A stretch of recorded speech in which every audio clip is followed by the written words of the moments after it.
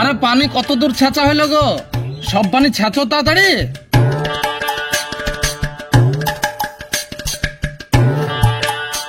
আরে আজকে তো মনে হয় কোনো সেট পার্টি হবে মনে হচ্ছে। আরে জলদি ছেঁচো, জলদি ছেঁচো। ও ভাই, আপনাদের দুজনকে আমাদের স্যার ডাকছে, চলেন। আরে নূরকদ ডাকছে গো, চলো তো দেখি কি বলছে।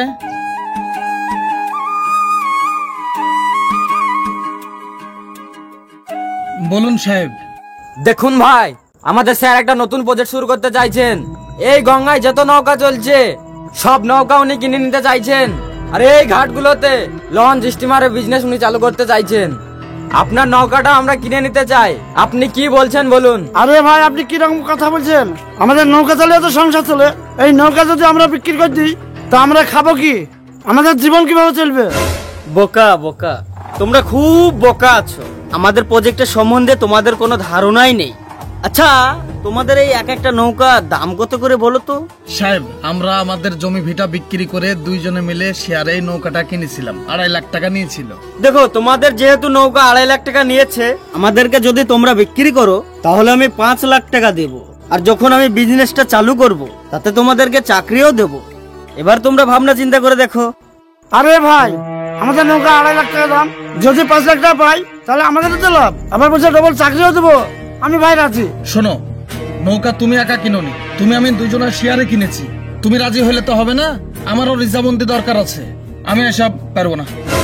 আরে আপনি তো দেখছি ভারী বেয়াদব লোক আছেন, সাধারণ কমন সেন্স নেই। আপনি কার সম্মুখে দাঁড়িয়ে কথা বলছেন জানেন? আমি না শব্দ শুনতে পছন্দ করি না। ভালোই ভালোই বলছি, রাজি হয়ে যাও। আচ্ছা, তুমি কত টাকা নেবা বলো তো? তুমি কত টাকা চাও? সাহেব মাফ করবেন, আপনি যদি আমাদের এই নৌকার বাবদ 10 লাখ টাকাও দেন, আমি তাও বিক্রি করতে রাজি নয়। আরে তুমি পাগল আছো নাকি?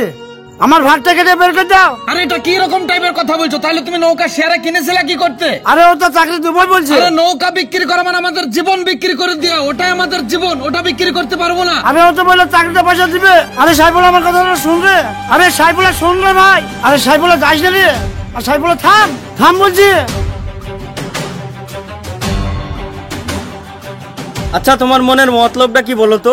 সাহেব, আমি নৌকা বিক্রি করতে পারবো না। আসল কথা হচ্ছে এটাই। কেন কেন পারবে না তুমি নৌকা বিক্রি করতে? দেখুন সাহেব, এই ঘাটে আজকে আমরা 22 বছর ধরে নৌকা চালাইছি। মানুষ নৌকায় পারাপার হচ্ছে।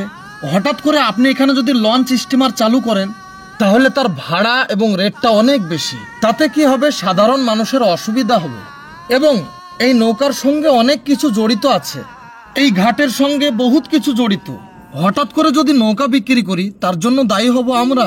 তার কারণ হচ্ছে আমরা টাকার জন্য নৌকা বিক্রি করে দিচ্ছি, সাধারণ মানুষের দিকে একবার লক্ষ্য করছি না। সুতরাং আমি নৌকা বিক্রি করতে পারবো না সাহেব। আরে আজব তো ভাই। নাও, তুমি 10 লাখ টাকা না রেখে এই 12 লাখ টাকা রাখো। শোনেন সাহেব, আমাকে যদি গোটা ব্যাংক তুলে এনে দেন না, আমি তবুও নৌকা বিক্রি করতে পারবো না। আপনার টাকা আপনার কাছেই রাখুন। প্যারে দোস্ত বুজুর্গ আজিজ, এই শর্ট ফিল্মটির দ্বারাতে এটাই বোঝানো হয়েছে যে বর্তমানে কিছু কিছু কোম্পানি এমন আছে যারা পুরানো স্মৃতিকে মেটাতে চায়। যেমন কৃষক ভাইদের কাছ থেকে তাদের জমি ছিনিয়ে নিতে চায়, মাঝি ভাইদের কাছ থেকে তাদের ঘাট ছিনিয়ে নিতে চায়। অথচ যে জায়গায় লঞ্চ স্টিমার চালু করার দরকার ছিল, ব্রিজ করার দরকার ছিল, সেই জায়গায় বছরের পর বছর আন্দোলন করেও কোনো কাজ হয় না। আর যেই ঘাটটাতে মাঝি ভাইরা কোন রকম নৌকা চালিয়ে তাদের সংসারটা চালাচ্ছে, সেই ঘাটটা তারা ছিনিয়ে নিতে চাইছে। এই হচ্ছে আমাদের দেশের অবস্থা। আমাদের শর্ট ফিল্মের দ্বারাতে যদি আপনারা যারা বারো কিছু উপলব্ধি করে থাকেন, আরো অন্যান্য ভাইদেরকে দেখার সুযোগ করে দিবেন। ভালো থাকবেন, সুস্থ থাকবেন। আবারও দেখা হচ্ছে নেক্সট কোন শর্ট ফিল্মে। খুদা হাফিজ।